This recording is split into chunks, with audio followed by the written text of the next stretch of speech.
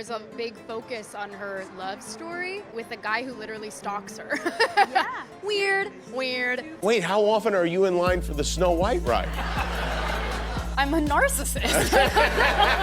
Quite scary adventures. Doesn't sound like something a little kid would like. Was terrified of it. Never revisited Snow White again. What happens when a highly anticipated movie with a star-studded cast and a multi-million-dollar budget faces an epic failure right out of the gate? Well, for Rachel Zegler, it meant sitting in a nearly empty theater, watching as her own film crumbled in real time. But this wasn't just any flop, it was Snow White, Disney's attempt to breathe new life into one of its most iconic fairy tales. A $250 million budget, the hopes of millions riding on its success. And yet, the box office numbers couldn't have been clearer. The film was a disaster. But how did we get here? What went wrong? Today, we dive into the wild and controversial journey of Disney's Snow White remake, from its doomed premiere to the backstage drama that made headlines, and ultimately caused one of the most infamous flops in Hollywood history. March 25th, 2025 was supposed to be a night of celebration for Disney, but instead it became a haunting reminder of how quickly things can go south. Rachel Zegler, accompanied by a few close friends, attended the premiere of Snow White, only to find herself sitting in an almost completely empty theater. While many expected the opening night to be filled with excitement, the reality couldn't have been further from that. The once promising project now looked more like a ghost town. To make matters worse, Zegler and her group didn't even have the luxury of a packed screening to mask the failure. The group shared their awkward experience on Instagram, and thanks to one of Zegler's friends, we got a front row seat to the cringe. As the opening credits rolled and Zegler's name flashed on the screen, the actress awkwardly cheered for herself in a nearly deserted theater. It felt less like a red carpet event and more like a scene from a horror film. With Snow White earning just $3.5 million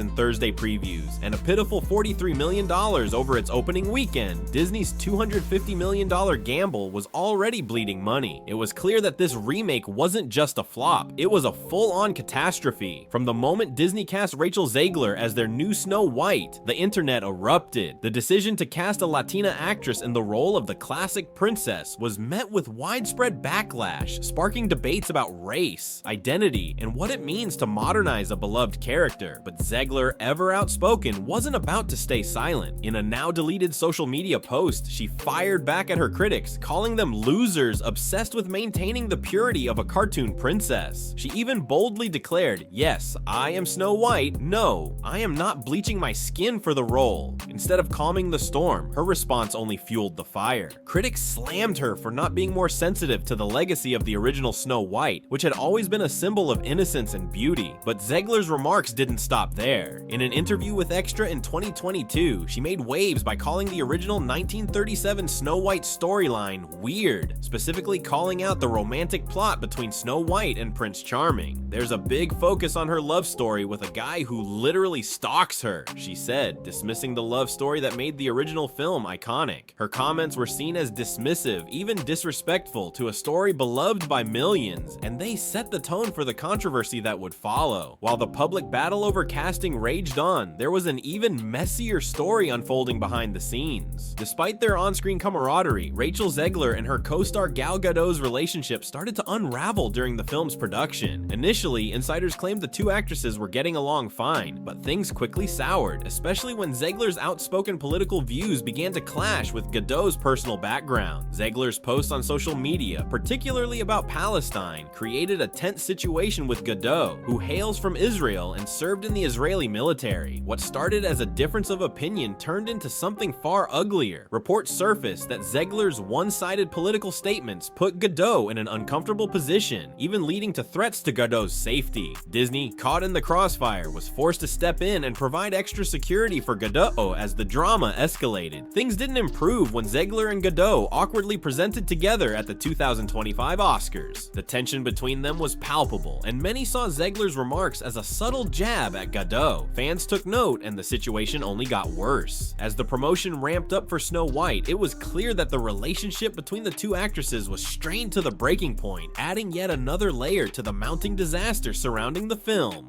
As if the drama between Rachel Zegler and Gal Gadot wasn't enough, Snow White's behind-the-scenes turmoil only deepened with a fierce public criticism from none other than Peter Dinklage. The Game of Thrones star didn't hold back when addressing the film's handling of the Seven Dwarfs. Dinklage, who is a prominent advocate for people with dwarfism, called out Disney for its approach, arguing that while the studio was applauded for casting a Latina Snow White, it was simultaneously perpetuating harmful stereotypes by portraying the dwarves in an outdated, insensitive way. In a blunt and impassioned interview on Mark Maron's WTF podcast, Dinklage questioned how Disney could call itself progressive while relying on the tired and problematic depiction of dwarves living in a cave.